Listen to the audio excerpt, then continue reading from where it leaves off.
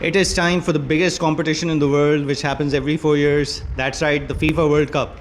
And you know what? The biggest sports, biggest competition this year is getting bigger. As you all know, this time the World Cup is going to be 48 teams instead of 36 teams, and that means more matches, more knockout rounds, more action, more, I don't know, so many more players, more teams that can get highlighted on the biggest stage in the world. The World Cup is going to be played across USA, Canada, and Mexico. And already, unfortunately, because of I'm sure you guys have been seeing the news, because of various unfortunate incidences, the World Cup has gotten off to quite the start. Even though the matches haven't started, they're going to start tonight. Basically, they're going to start at 12 a.m. on the Friday, but that's tonight. And before the first ball has been kicked, there's been quite a bit of spice. There's been quite a bit of news. There have been players who have been detained for hours on end. There have been referees who have been denied entry. There have been team photographers who have been denied entry. There have been certain teams, without naming them, and I'm sure you all will understand who I'm talking about. They've been allowed to play in the US, but they've been asked not to stay there. So it's been a spicy, rocking start to this grand global sporting affair that happens every 4 years. Biggest one is off to the spiciest of the starts. But sticking to the football side of things, it's going to be spectacular. It's going to be so many more teams, so many more players that get highlighted. And despite all of that, despite 48 teams being there, you can come up with a entire team or two of some of the biggest names in world football who are actually not going to be in the World Cup. I think it's going to be a fantastic World Cup. We're going to see a lot of players who are probably in this World Cup in their swan song.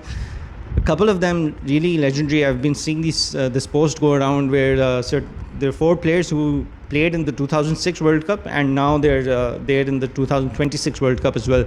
And amongst them, of course, the legendary Lionel Messi and Cristiano Ronaldo. Even though they haven't hung up their boots from football or from international football, they have become legends of the game. They will go down as legends of the game. And the era of Ronaldo and Messi and their battles and their fans' battles and everything, it's not going to be easy to overtake.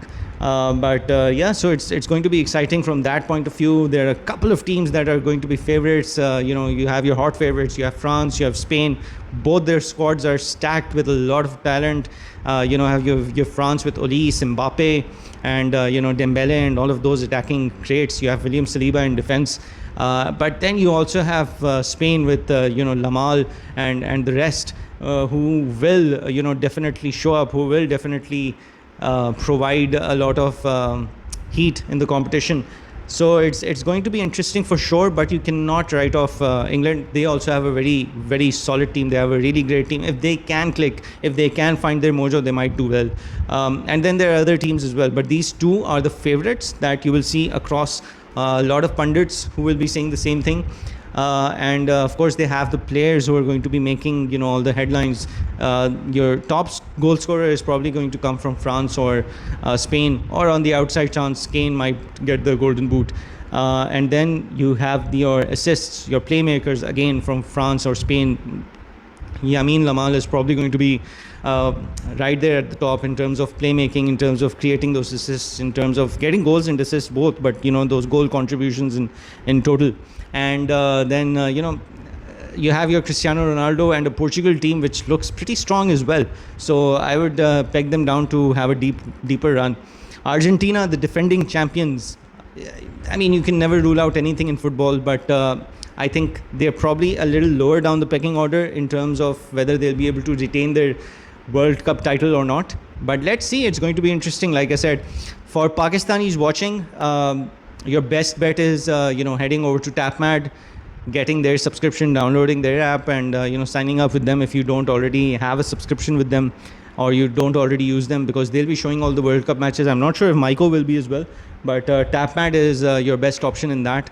The other thing is some of the matches are going to be at inconvenient times for Pakistanis in this part of the world, because they're going to be somewhere in the likes of 3 a.m., 6 a.m., 7 a.m s. But then you have matches that will be late at night, like 10 p.m., 12 a.m. as well, which you can catch.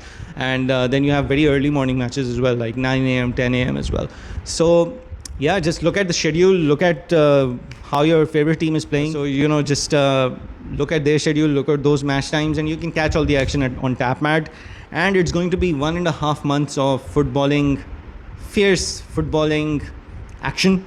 And hopefully it will stick to being footballing action, and the non-footballing action that we've been seeing in terms of the visas and the rejections and the detentions and whatnot, that all can stop now, and we can start playing some football. We can start looking at some football being played.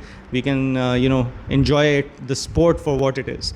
So all the best to all the teams out there, all the best to all the fans who are supporting their teams, and yeah, all the best for a historic World Cup, the first of its kind, with 48 teams. And let's hope the best team wins, and it's a great tournament.